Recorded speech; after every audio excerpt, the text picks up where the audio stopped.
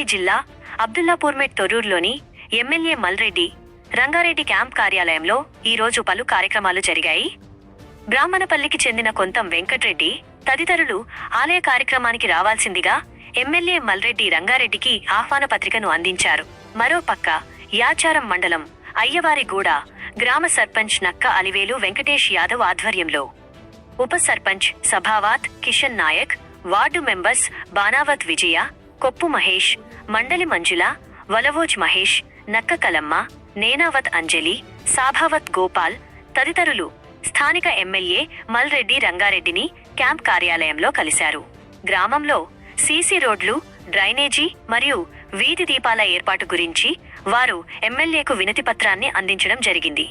దీనికి సానుకూలంగా స్పందించిన ఎమ్మెల్యే అప్పటికప్పుడు అధికారులను ఆదేశించడం జరిగింది. మరియు యాచారం ఐకేపీ అధ్యక్షురాలు లత తదితరులు తమ సమస్యల గురించి ఎమ్మెల్యేకు వివరించగా ఆయన సానుకూలంగా స్పందించారు.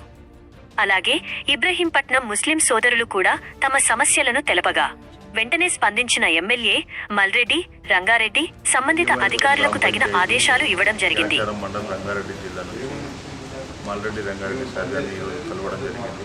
మా ఊరు సమస్యలపైన అండర్ డ్రైనేజీ రోడ్డు మరియు వాటర్ సమస్య గురించి మరియు కొత్తగా గ్రామ పంచాయతీ ఇక్కడ సార్తోటి విన్నవించుకున్నాము.